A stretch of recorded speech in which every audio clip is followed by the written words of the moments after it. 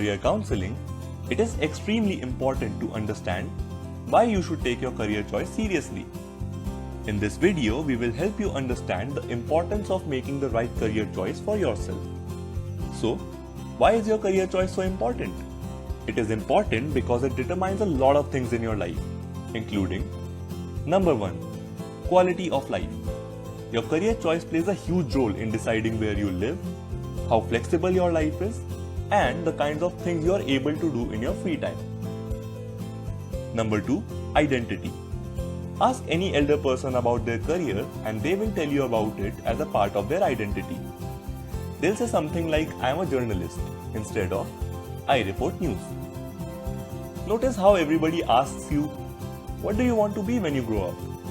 And not, what do you want to do when you grow up? This shows that your career choice shapes your identity. Number 3, impact. Every human life touches thousands of other lives in so many different ways. If you select any 60-year-old person who is about to retire, take a time machine, find him as an infant, throw that infant into trash, and then come back to the present day, you'll find that a countless number of things around you have changed. So whatever career you choose, the world will be affected by it. Anything that determines your quality of life, your identity, and the impact that you make should be taken very seriously. And that includes your career choice also. So we hope that this short video could help you understand the importance of making the right career choice. Having done that, we will now move forward to start our career counseling course. We are pretty excited and we hope you are too. So, let's begin.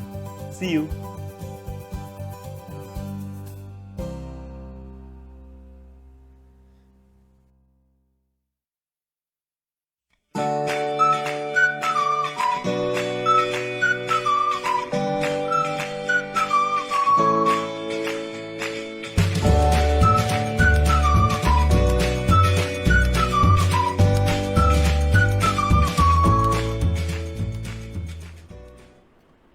Good evening everyone, सबको स्वागत है. Welcome to day 78 of Prabhano's live podcast.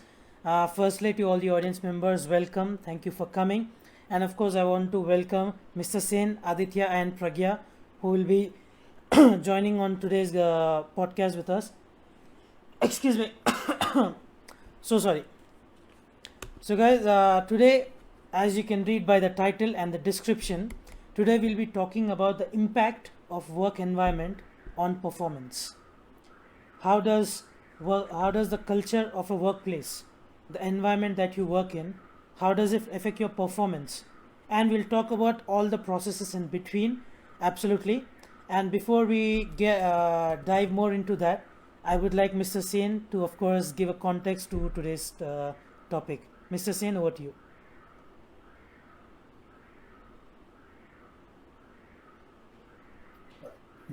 Good evening. Thank you, Samant. Namaskar. Welcome to the show. Today, the topic, as Samant said, is the impact of work environment on performance. This is perhaps the single most important aspect of an organization, whether it be a startup, an entrepreneur, or an established organization like the big guys like Google, Microsoft, Amazon, and all those guys, where this aspect is very important for the company to grow, to sustain itself, and to actually make an impact on the world outside. So I do believe that this topic is of very high relevance to everyone. So Aditya, what do you think about it? First of all, good evening to everyone and thank you so much for joining in. Secondly, want to inform you guys that the funds that we were raising from the episode 72nd to 75th of the podcast has been amazing. Thank you so much, guys, everyone who donated, for your support, for your love. Team Ichhe, whom we were raising funds for so that they can provide phase 2 of relief work in the COVID affected area of Shibpur, which is in the city of Howrah in West Bengal. So they have raised the required amount of funds, and they have also delivered the ration kits to 250 families, which is a really good number for all of us. So, guys, thank you so much for your love and support. And this makes the podcast worth conducting every day here. And as today's topic, so we are talking about team management, and we are talking about a good work environment, obviously. And how does it impact, your performance? So I think it impacts your performance a lot. And why not? Because it's a most of the work that we do in a company, in a startup, in a government, or in an NGO, in any sort of organizational structure, is mostly dependent on the teamwork that you do. And if the teamwork is going on well, if things are moving well, if people are in harmony, people are in peace, people are inclusive, and a lot of ideas are being exchanged, a lot of ideas are being openly discussed, and everyone feels valued and recognized for their work, I think it will definitely affect performance. And as Mr. Sain said, the biggest giants are big because the work environment is great. Whenever you step into a Google office or a Microsoft office, and from whatever I know from my friends working there. Hold on. I did not say that the Google and Microsoft have the best work environment. They don't. Mm-hmm. Just not to get it wrong, they do not. But what Okay. it is the work environment is extremely important, perhaps the most important ingredient for a good performing team and an organization going forward. True. Like in my opinion, even Google and Microsoft have decent work environments, and obviously you must have seen a lot of it. So even I find that also good. So in my little experience. So in whatever I have seen, I think the work environment does hold a lot of importance and has a lot of impact on performance, and it can have the reverse impact also. So if the work environment is not good, even the people, not only just they are not able to perform at the maximum of their potential, their performance in fact decreases over time, and as a result the company suffers if the work environment is not good. So there is a saying, and I think it holds very true, and it somehow fits in the context of this conversation also, which is uh, culture eats strategy for breakfast. And with this I would like to pass it on back to Samant, Mr. Sain, or Pragya, whoever wants to jump in and comment, I think disagree or agree with me. let Pragya say something. Can you repeat that quote once? So the quote was, culture eats strategy for breakfast.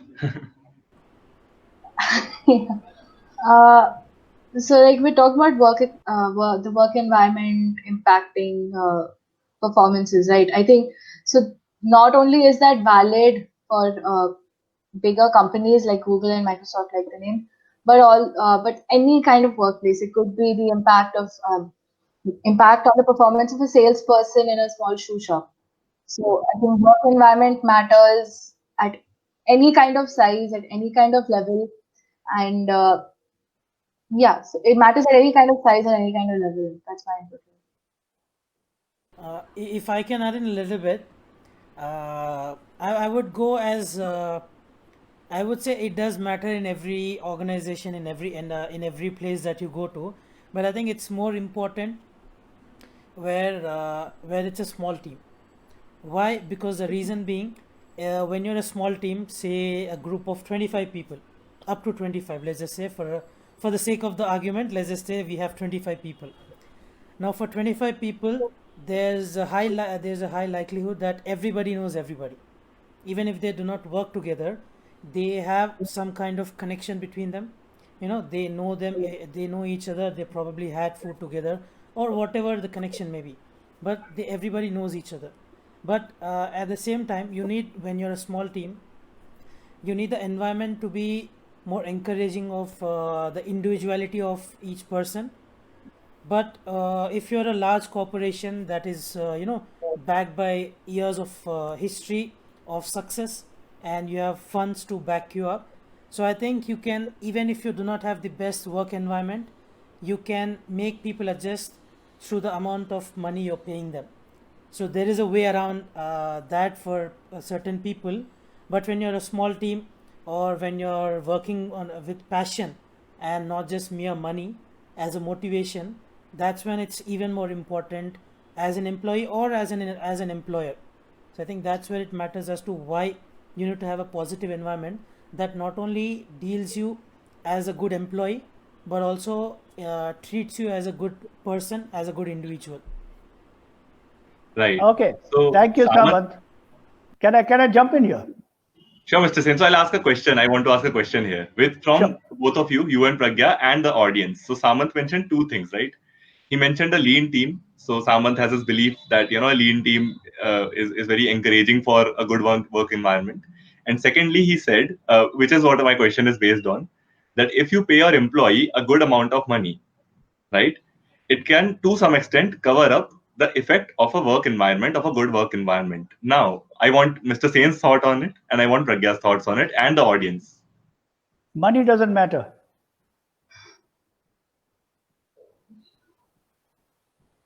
Money doesn't Okay, that's it. matter. Acha. Money doesn't motivate. Okay, got it. So Pragya, what's your thought on this? So yeah, like basically what someone said was an incentive to perform, which could be either monetary, one point, or it could be in terms of a positive work environment, the morals, the values of the company, like the connect that the employee can have with the company, right? So, I mean, being in that MBA environment right now, I know that yeah, we are looking for good places to work at where the environment is enriching, where we as individuals can grow, and we have that incentive to perform in terms of how the company functions, not maybe completely the money factor. But I think that's still a pretty decent. I mean, it's a pretty integral part of one of our motivations, like say to go for the job. Like, I mean, anybody might, at least if they're starting out, I think they might prefer a 20 LPA package over a 13 LPA package. Great. I just love about this conversation that we have so many varied perspectives coming in, and there are four people from absolutely four different points of view. Amazing. So, guys in the audience, if you're watching and if you're if you have opinions on this, please do let us know in the comment section. What do you think? Is money an incentive, or does it not matter? Again, as you see, we welcome open new perspectives. So, guys, another question now, and this one is a complex one, according to me. Now, you decide whether it's a simple one or not, because Mr. Sen simplifies everything. That's the beauty of his answers. So, guys, my question to all three of you is: how do you choose a work environment? Because, see, if you are starting a startup, I still understand because things have been easier on my side. I had certain amount of control over my work environment, and I could choose my work environment before working in it, right? Because I had the liberty to choose my team members and then work in an environment. So let's say I'm going for a job, and this is for everyone who is in class 12th, further on looking for a job, or let's say somebody who's in college, graduate, postgraduate, right? So if I'm interviewing for a company, how do I know what its work environment is like? There is only so much you can see from outside. So how can I decide for myself whether it's the right career choice I am making in terms of a work environment? Mr. Sen? You ask. Okay. You ask. I mean, like this. See, the company is asking you 100 questions. They're making you give 100 tests. They're making you do 100 group discussions and all that. You are entitled to one question. Ask. That is true, because see the problem. I'll tell you what we make is we believe we don't have a choice. We do have a choice. We can walk away from that job. If that company does not entertain my question and does not want to answer it, I'll walk away from it. That means the culture, and you talked about the culture, the culture of that company is not conducive for good work environment. They do not like openness. They don't like being asked questions. So that tells a lot about it. They might give you $1 million a year. Doesn't make a difference. You don't want to get burned out by the time you're 35 and start taking pills for high blood pressure and blood sugar and all that sort of things by the time you're 35 years old. Your kid, if you're married at that time, and if you do get the time to get married, that is, your kid would be about 6-7 years old. And come on, I mean, you don't want to be scolding him for frustrations you have at your workplace. Absolutely. So the best way to find out, you ask that question. And it's perfectly okay. It's perfectly okay. We don't need to put the recruiters onto a pedestal of a god. They are not gods. They are human beings like you and me. Perhaps they're more frustrated than you are. So you're better off than they are. So you can definitely ask the question. And I'm going to come back to this, but let's hear what the others have to say. Pragya. So, Mr. Sain put it very simply, just ask. And I think that is some of the companies do encourage that as well. Like in any of the interviews I've had, whether it was for B School, whether it was for summer internship, the companies there, one thing that like they themselves might just say, do you have any question for us? So I mean that's their way of seeing how much interest we have in their working with them or being in that institution. Plus for us, it's one way to get to know something about them that might not be available commonly. Right, especially if it's a smaller company, it's very doubtful that you might be able to know something about the work environment. If it's a bigger company, there are still employee accounts, reports. Some of that stuff still gets out if it's a big company, especially. But I think, yeah, just asking. And we actually get this space to ask any question. Could be about the company, could be what you do. I had one interview with a particular startup, and they asked me, do you have any questions right in the beginning? So I asked them basically, what they do. And the recruiter, he told me very in like proper detail, like he took a good 4-5 minutes to just tell me what they do. And he was very forthcoming and open about it. So I really liked that. I was like, okay, no, this might be a really good place to work at. So companies also encourage it. And I think for both parties, the recruiter and the person who's going for the job or that position, it's beneficial for both. It's a win-win.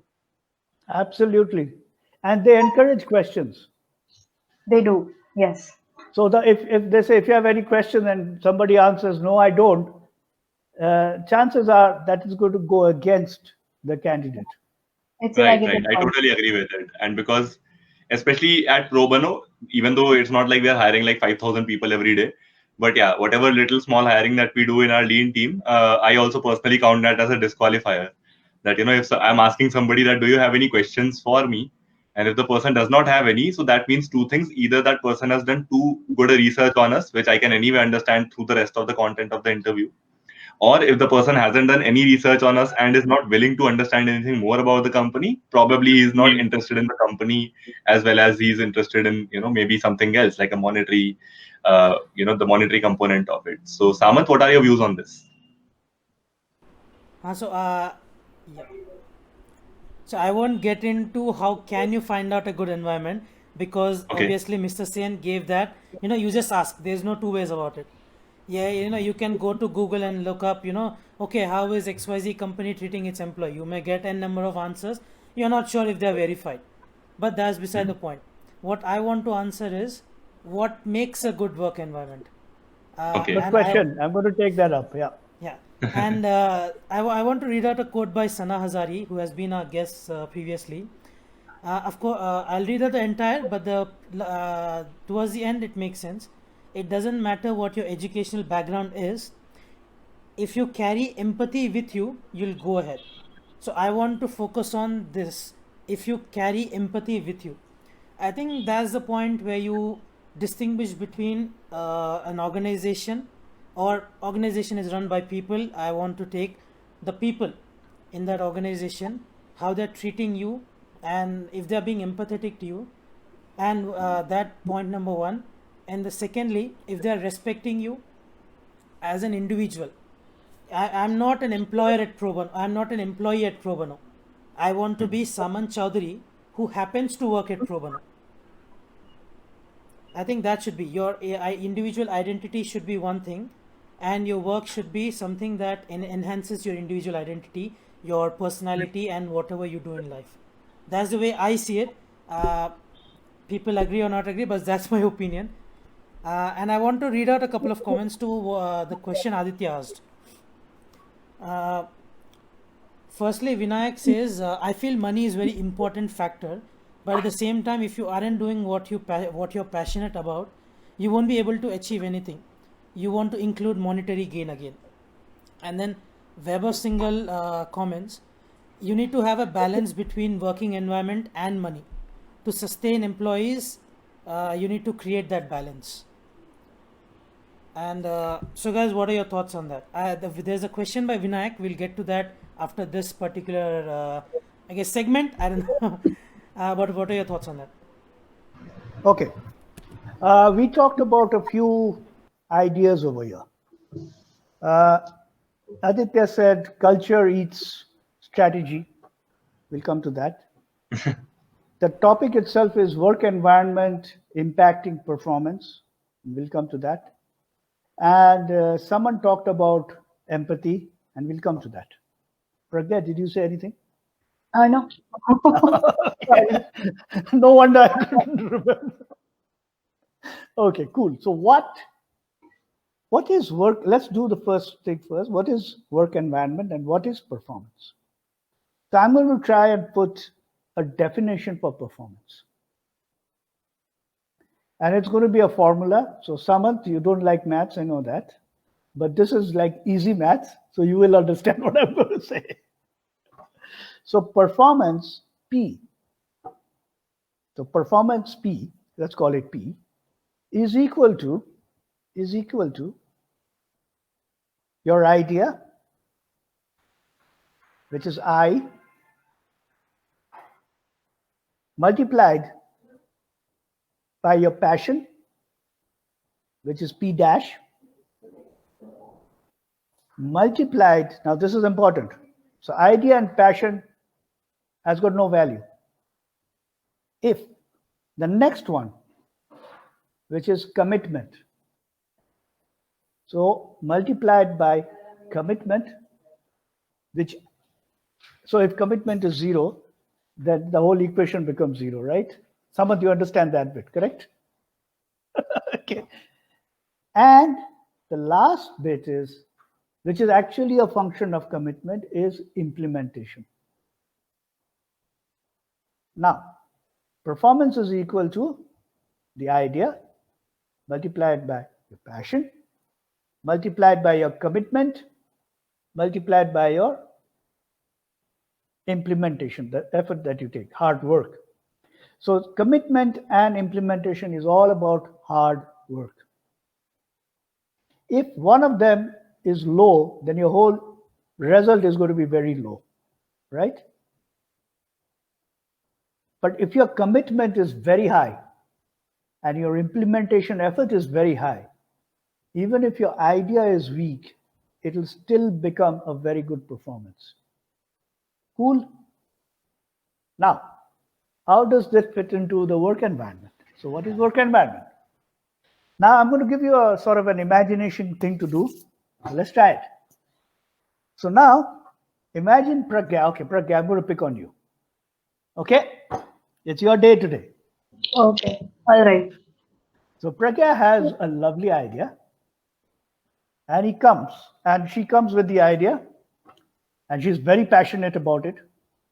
So her idea and the P is like right up there. And she comes to her boss, which in this case is Aditya. Aditya, I'm going to pick on you now. Now, let's do one thing. Aditya, can you unmute? And let's play this out. So now, Aditya, you look at Pragya's idea and you can see that she's very excited. It's very passionate. Sure. But you see something that it somehow doesn't fit into what you are doing overall. What are you going to do? So if her idea does not fit into my vision, right? And in the meantime, I'll be on the sidelines, just staring at you guys as a happy-go-lucky host. Over to you. Right. So I think the vision needs to definitely align. But if I see that she's open-minded and that she's willing to adjust a bit, and mainly that she's willing to work hard. But yeah, if her No. Okay. What will you tell her? Okay, just what will I tell her? Okay. I'll probably, convey my idea to her and see if she aligns. And if she does not, probably she is not that compatible for my organization. So I'll try to look for someone whose idea Oh, fits my vision. exactly. Now, what you have done to Pragya, her idea, the moment you add on to it Mm-hmm. or subtract from it, it's Mm-hmm. no longer her idea. Hmm. It is the boss's idea. And Right. the moment it becomes the boss's idea, her passion diminishes Hmm. and commitment plunges. Hmm. And in all probability, implementation doesn't happen. Hmm. So that is the work environment. Right. So the work environment is when someone comes in with an idea, Mm-hmm. which is the person is very passionate about. Mm-hmm. The boss needs Mm-hmm. to look at not the idea, not the passion, Mm-hmm. but the commitment and the implementation. Hmm. Because once the commitment is there, then if that commitment is displayed and demonstrated, and it's like strong, and the implementation starts, then automatically the idea will start developing. Remember, the idea is here today, it's here. But if the commitment is very strong and the implementation is strong, then because of the passion behind that idea, it will True. automatically, the idea will start to grow Totally agree with and you. become bigger. Absolutely. Pragya, would you agree? Yeah, absolutely. Absolutely. That is the work environment. What we do is, as a boss, Mm-hmm. Mm-hmm. And guys, after the first year of at your job, all of you are bosses. Because after the first year, you're going to have another trainee or an intern whom you are supposed to oversee. True. So immediately after the first year at your job, whether it be a startup, whether it be wherever, you're a boss. So the thing is, you need to look at the commitment and the implementation effort, energy, rather than the idea. Because what you're doing as a work environment, you're trying to create a field, like in farming, a field where the plant can grow. And it takes time for the plant to grow. It takes a lot of effort. It takes a lot of, putting manure and putting water and shading it, and so many things are there, right? That is True. the commitment, that is the implementation. That's what work environment is all about. Work environment is nurturing a plant to grow. True. Because an idea is always a living thing. It's as good as a living organism. So it can grow, right? Hmm. But the commitment has to be there. So that's work environment and that's performance. Having got that aside, I don't know if you have any questions. Maybe the audience has. Let the audience react to this. So, guys, I put that in the comment section, Mr. Sain's formula of a good work environment, the 4 factors, the 4 multiples of a good environment, your idea, your passion, your commitment, and your implementation. I put that all in the comment section. So, feel free to copy it, use it in your life.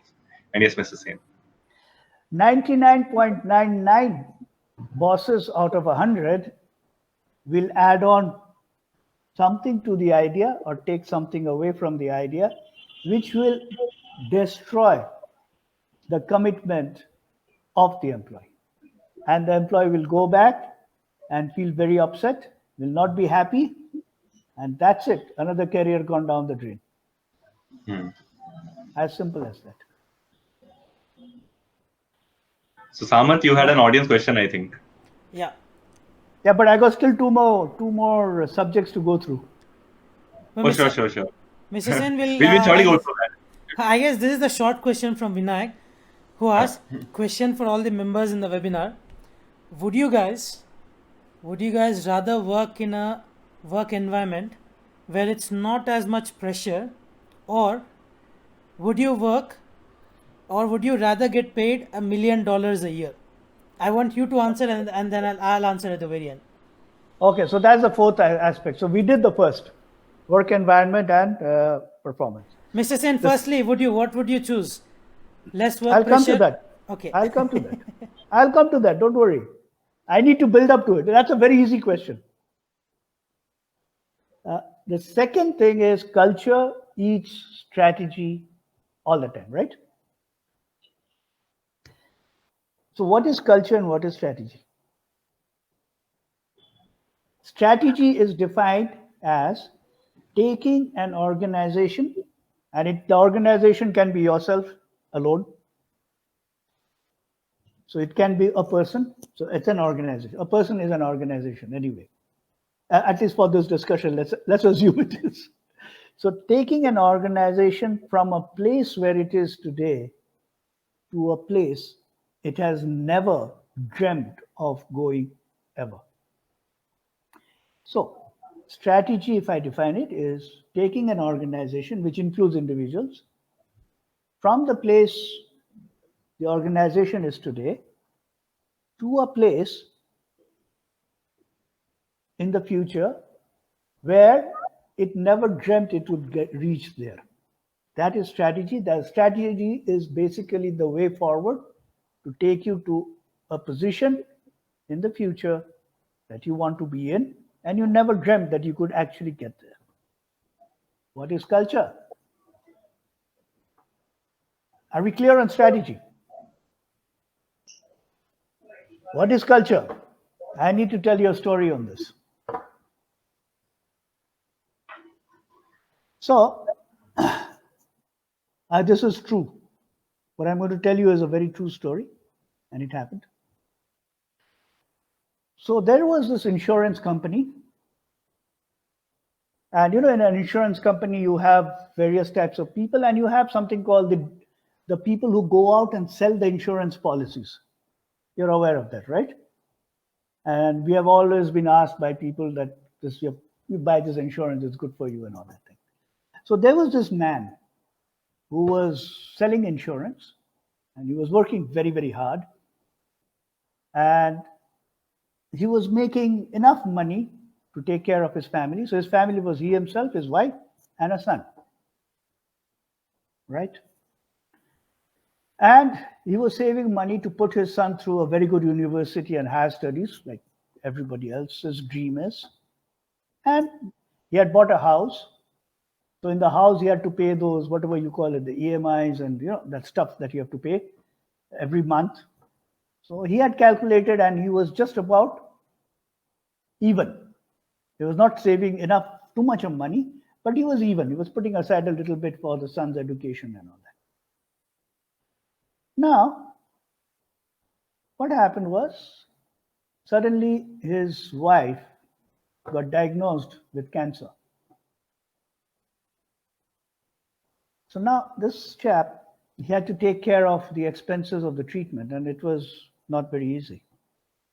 So he worked harder and harder, and so that he could make some extra money. So he started working very long hours, selling more insurance policies, so that he could make that extra from that what they get as the agency fee,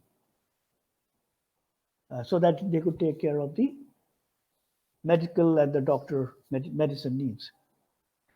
As this was going along, this insurance company got acquired by a larger insurance company. So when the larger insurance company took this over, they said that, okay, we are not going to keep anyone who is above the age of 50. We'll let them go. And their thing was that we work in a different insurance sort of a thing. So we are going to get the clients and all. So it was a different sort of a deal. Now this man was about 50 years old. He was working. So he stood to lose his job. And he lost his job. He has to pay the EMI on his hospital, on his house. He has to pay for the son's education. The son was going to college by that time. And he has to pay for the wife's medical, and he has lost his job. He got some money, of course, but that was not good enough. So what happened was he defaulted on the house EMI. So he defaulted a second time, he defaulted a third time. So the housing company, they said, okay, what's happening? So they send in a person, they said, okay, why don't you go and look him up? Now, in the housing company also, and this happened in 2009, 9-10, remember that the financial collapse that happened around the world? So the housing company had also undergone a lot of changes. So they had different investors and so many different things that happened. So the new boss said, why is this guy defaulting? Go and catch him. So it came to the person who's supposed to look into this, and he looked at it, and for some reason, he overlooked it for the first couple of times. So it has now run into 4-5 months and is not paying EMI. Ideally, what would happen is the housing finance company would have taken over the property, right? That's how it works. So the boss called this guy and said, what, you haven't checked out on these guys? Go and check it out. So the person who was going to go after the money, he got into his, whatever he got into, his car or motorcycle, and he went to this house. And he met the man. And the man told him the story of him losing his job, his wife having cancer, and his son going through college. And the reason why he cannot pay is because he has to pay for the medical bills and for the son's college, and he doesn't have enough left for food. So the question of paying for the EMI is like far away. And he said, okay, if you have to put me out, I'll be out on the road. But that's what it is. I don't have a place to stay. So this man goes back and he makes his report, like whatever it is. And he files the report and sends it to his boss. So the boss looks at it and he says, okay. He gives approval and he says, let him stay. It's a good case. Now the boss retired. New investors came in again, and that keeps happening in a housing board, and we read about it in the newspapers every day. So the new company came, took it over, and they said, no, we want to actually get all of this. So they sent a new guy over to the person's home, and the person said, see, I got this letter from the previous company organization, and they said, you can stay, and there's a deferred, whatever it is called, lien or something, I don't know what it is called. And he said, okay. So he came back and put it up to his boss. And the boss looked at it and he said, okay, I'll honor it. Now, when this guy is narrating the story, he's on TV. And he's crying. Because what he is saying is, the old company had made a promise, and the new company honored it. Moral of the story is that is culture. That the culture is, this is the way we do things here. So that is the culture. And yes, culture does eat strategy, but it has to be the right culture.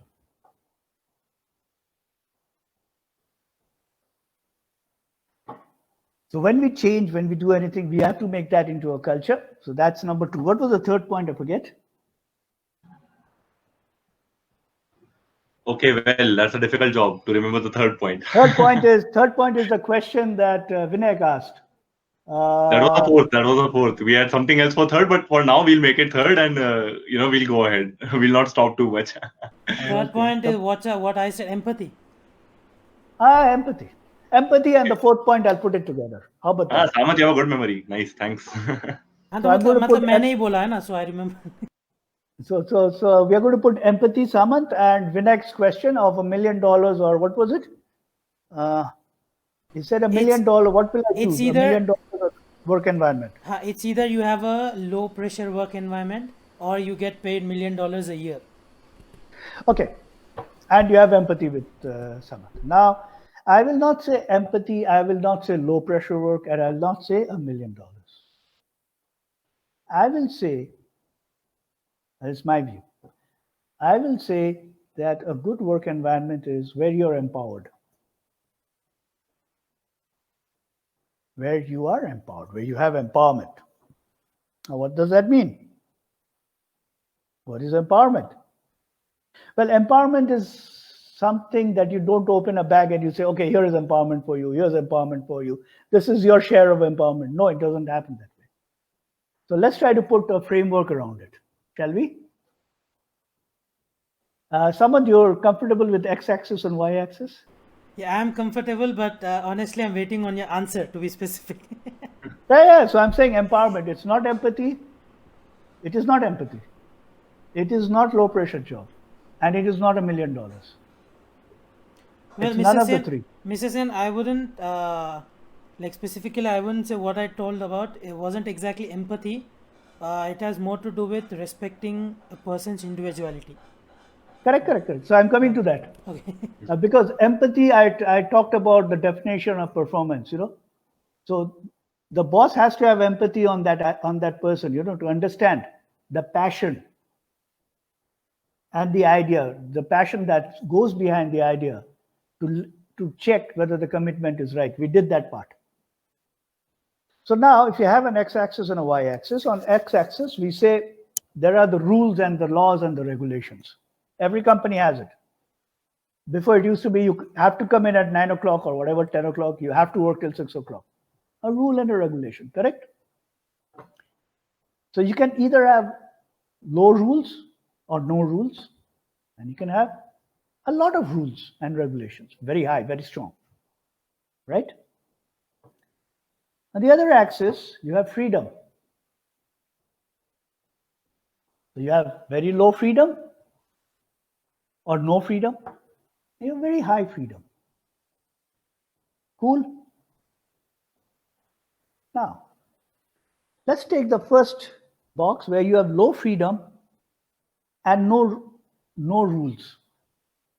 You don't have freedom to do anything, and there are no rules and regulations that's there in the organization. So what happens? You live in fear. Because it depends on the boss which side of the bed the guy gets out of. And whatever the boss says is the law. So there is you cannot fall back on any rule, any regulation or anything. Now, let's stay with, there are still no rules or very, very weak rules. And there's a lot of freedom. So you can do whatever you want to do. So what happens? Chaos. There's a lot of chaos happening. So everybody is doing whatever they want to do, and there are no rules, there's no glue sticking it together, and you have a problem. Because that giving freedom is not always paying the right respect. It has to be done with something else as well. Now let's take the other extreme, where you have very strong rules, very strong regulations, but you don't have any freedom. What happens? You're put into a jail. It's like a jail, you can't go anywhere. That's basically tyranny. Yes, you're put into a jail, no freedom, very high rules. But the ideal place to be in is you have very high freedom and very strong rules. So when you get there, you are actually empowered. So you're free to do what you want to do, but there are some rules that you have to follow, and everybody follows. And once you have that you're respected for your ideas and your passion, you will also find the commitment and the implementation energy to see it through. And now you know why empathy or a low pressure job, the low pressure job is actually high freedom with strong rules. That's what a low pressure job is, where you can actually pursue your idea with passion, with full commitment and implementation energy. And when you move all of that to the empowerment zone, then $1 million would be pocket money. You would earn way much more than that. Did I cover all the bases? Well, you didn't just lay the bases. You put up the pillars, you laid the foundation, you poured the concrete, you threw in a few more stones just in case. And you're already done with the first floor. So So there you go. But I don't have a roof. So someone help me. yeah, you need the $1 million to build the roof. There you go. Because if you have that freedom and if you have that strong rules, your $1 million is nothing. Is nothing. And if you look at those big companies, if you look at the Googles, Microsofts, and all that, they had the freedom to do what they wanted to do. And they were not penalized and they were not pulled up for saying, why you're not coming to office? Or why you're sleeping, because Google has sleeping pods, right? So nobody says why you're sleeping on the job. See, and you were saying that they don't have a good work culture. Yeah. So no, not the work culture. They have something called empowerment. You know, they have something called empowerment, and empowerment is what you need, because remember, each one of us individually is a human being. We have imaginations, we have ideas, we have passion, we have self-respect, we have dignity. And mind you, all the people who have studied hard and even people who have worked very hard, it's all about dignity. And you need to honor individual dignity to create a good working environment. Performance comes with commitment and implementation energy. The idea and the passion is already inherent for a human being. Very true. And this is also backed by a research. So there's a research which says, and it's a global one, so it's not just the US or Canada, it's a global one, that after a point in time, so there is a certain amount of money which everyone has their own bar. Somebody has that at 50,000 per month, somebody has that at 25,000 per month. So there's a certain bar of money which you need according to yourself. And once you achieve that as your salary, till then, from zero till that point, your happiness in your career increases with the money also. So as the money that you're being paid increases, your happiness also increases. But once that basic need is met, and after that, whatever salary increases, your happiness does not increase with it. So how does your happiness increase after that? If you are doing some work of a social impact, and if your ability is able to contribute to the society, and you are able to very clearly see that. Okay. So this is a global research, guys, and I think you can look it up also. Can So I I say think that is something on why. this? Sure, Mr. Sen. Okay. In all of this that I said, it's not the organization that matters. It doesn't. It's not even the social initiative that you're doing that matters. It's your immediate boss. Your immediate boss is 100% responsible for the work environment. So that person can make it very toxic, or that person can make it heaven, paradise. In social impact projects and social development companies, you do have the same problem. True. The problem is the same everywhere. So even if you do a social impact and if your boss is a toxic person, you'll run away from that place. Yeah. So there are many other factors also. I think, just it's not what I said, did not say that, there are not other factors involved. Obviously there are, but social impact is a big factor there. And obviously you can make social impact also through your work more than your boss's work, through your work, if you have the ability to contribute to some decisions at least, or if you have the ability to contribute to the work rather than, as you said, just pushing down one's opinion just because the boss is always right. No, the boss will not allow you to work. I'm telling you, I've been through that whole thing. The boss will say, do it my way or take the highway. As simple as that. And let me tell you, 999% out of 1,000 have bosses like that. Because the problem is, the guy who's a boss, right? He's a very smart achiever, and we talked about this. So that person is a very smart achiever, which means that person has been tuned by giving exams and more exams and some more exams and a few more exams for good measures and scoring very highly. So that person considers himself or herself to be a know-all and a be-all. Fine, it works initially. But Probably then they are not given the exam of life because... No. The moment the person is 3 years old, the person who is 0 years old already knows more than him or her. So Pragya, once she graduates and goes for a job, 100% she'll have more knowledge and information than the person who's interviewing her. That's a given. The only thing that is the problem is that person will not be transiting from knowing it all from me to you. So that person has to recognize that I was good 3 years ago. Today, Pragya, sorry, I'm taking your name. Today, Pragya is better than me because she has more knowledge, she has got more information. I, on the other hand, have some experience. I can help her. I can help her exploit the knowledge and information she has so that she can actually make a strong contribution. That transition people cannot make, or they don't know, or they're blind about it. And that transition, when it's not made, creates toxic work environment.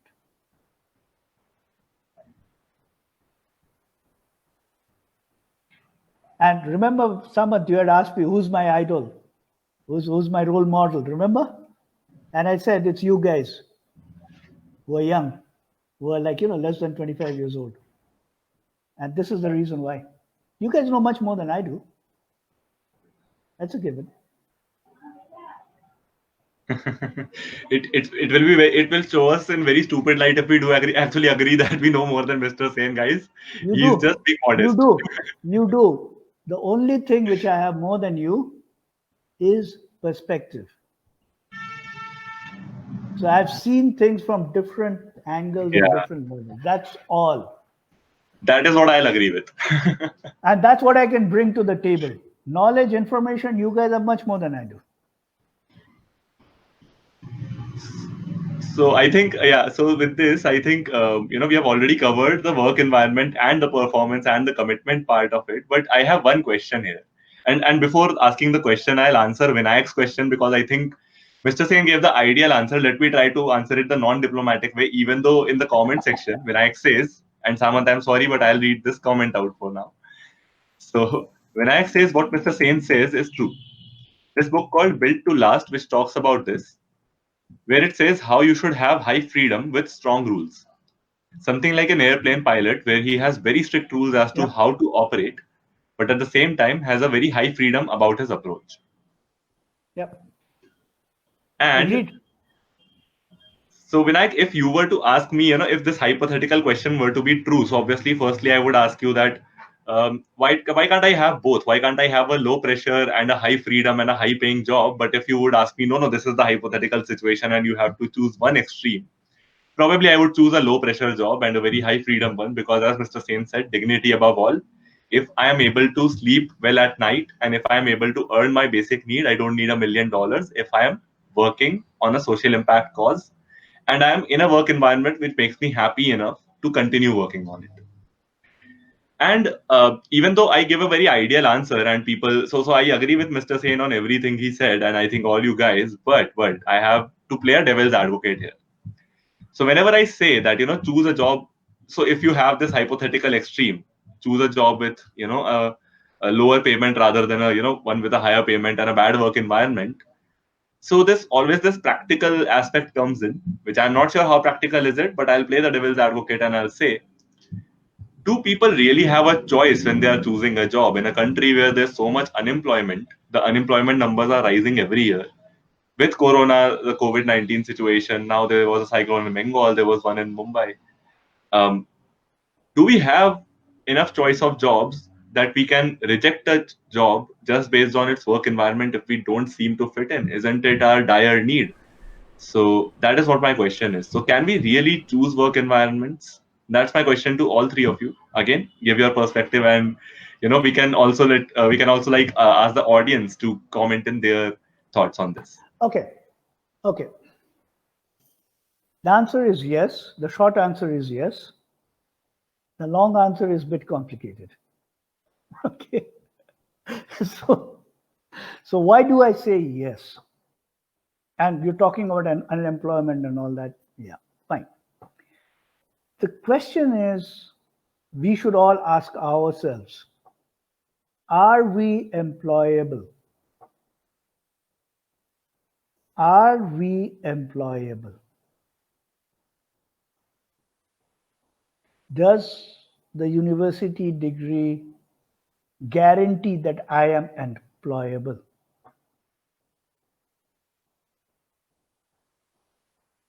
That question, one can do a self-assessment very carefully and see whether we are employable. And I want to go back to what Mr. Christopher Raj, who was on the podcast a few days back, said. We make sure that each of our students are employable. That means they know how to do the work. They know what the industry is looking for. And we train them accordingly. And he claimed 100% employability for all his students, right? So the question we need to ask ourselves is, are we employable? If you are employable, you will get a job. There's no questions about that. And it is not the marks. It is not the degree. It's your employability that is important. That's the complicated answer. Wasn't as complicated as you said, though. I think it was pretty simple to understand. But yes, I would really want Pragya's and Saman's opinion on it. So Pragya, please jump in. So, is it okay if Samant goes first? I like that approach. Okay, no problem. So I want to answer this way. So Aditya, you asked me, can one, not me, or just say, can anyone choose their work environment? Right. Yes? Okay. Now you can choose to change your work environment. Yeah, that's Wow. it. So you can choose. You can choose. That's a revolutionary approach, actually. Very good. You can That's really choose nice to change your work environment. See, Now, I would, see. Mr. Sen, just a second. I want to flow here. So guys, before I started working at Pro Bono, of course, Aditya had a particular approach to whatever he did, at Pro Bono. And, it could be, say, working late nights, for example, that's one. Otherwise, having food at odd times, or let's say, or what else was that? Or just having a monetary mindset to why you're working. The vision behind why you're working is, I need to get to the end of the month where I can claim my amount of money, and then I can sleep happy for one day, and then again the next month starts. Or what you can do is, firstly, for the initial days, you can adjust to the culture of the company or any organization that you're working in. Choose to have that pressure on yourself where you're like, okay, this is the way, I don't like how it's working right now, but you know what, at the interest of the future, I'm going to bear it now, I'm going to handle the pressure, I'm going to manage it, but I'm going to make myself get to such a position at where I'm working where I have a say in the change of the environment, and I'll make sure that nobody else faces the issues that I faced yesterday. From tomorrow onwards, everybody that walks in, not everybody, the right fit who walks in, they should feel right at home. That's my approach. I find absolutely no problem with that approach. Pragya. Yeah, that was absolutely agree with Saman. I mean, that was a very good point of view. Like, uh, so I think there are different perspectives to what you asked. So one can't be picky from the point of view of the fact that yeah, there's going to be a shortage in the jobs, unemployment rate going up, etc. All of this. But I think at the same time, because of this kind of a situation, I think it might be even more important for some people to value the factor of work environment over uh, everything else. Uh, for their, for their individual growth, for their individual sanity, that way. Uh, So, I actually agree with what someone said, trying to adapt. I mean, there are two, three things you can do. One, if it's not exactly to your foot, you can always try to adapt. And if it doesn't work out at all, I'm sure there are other further things that you could do. Or you could also try to uh, work around it and still try to make the whole thing work if that is the only option you have. But I think everyone individually has to decide for themselves what their limit is, what their line is, to trying to adjust to a work culture and trying to choose what work culture fits for them, work culture or work environment. So I think it also becomes a very personal thing for everybody individually, what their limit is. I And just also want to just add to to add both of them, and both of them are absolutely right. You don't choose a company. You don't choose an organization. You have to be very careful to choose your boss.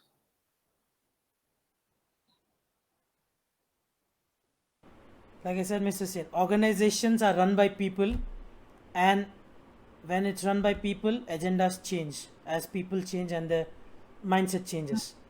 And history has shown that mindset has never been. And we go back to Stuti Changle's quote, which is change is the only constant. There you go. I heard somebody say the other day, and I don't remember who, but he said that, like our parents were in one job for 25, 30 years or whatever. Right now, I would be in his parents' age group, perhaps a bit older. I changed my job 15 times. 1 5. I always look for that work environment. I remember, Mr. Sen, that was the podcast with Ashutosh Kumar, the CEO of Jagrati.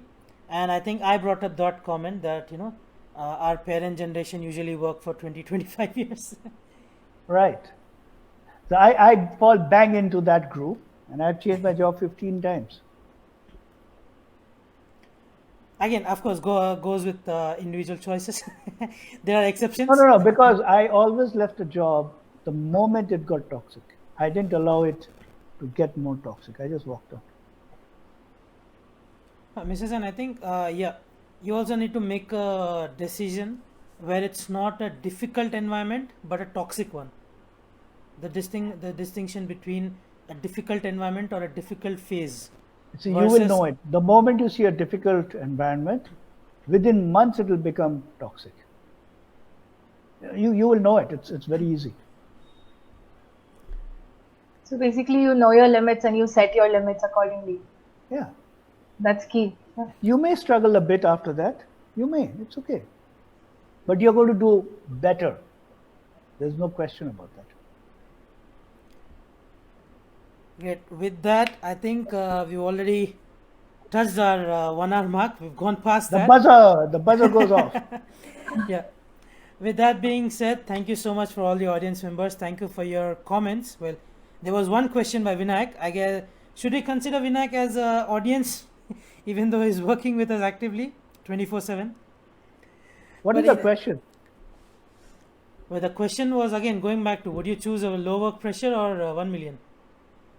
See, there is no such thing as a lower pressure work. It's your choice to make that low pressure or high pressure. It's totally your choice how you want to do it. Right. It's your choice. There you go. It's your choice. With that being said, thank you so much, the audience members, See, for your comments. realize our choice. That's the whole problem. We don't realize it's our choice. The day we realize it's our choice, life becomes beautiful. Right. Thank you so much to the audience members for your comments. And of course, Aditya, Mr. Sen, and Pragya, thank you so much for joining in. So, guys, take care, stay safe, wash your hands, and like and follow our Facebook page and turn on post notifications to get notified when we do go live. And of course, subscribe to our YouTube channel to catch our live streams on entrepreneurship. And we'll see you tomorrow at the same time with another guest. Take care now. Bye bye. See you tomorrow.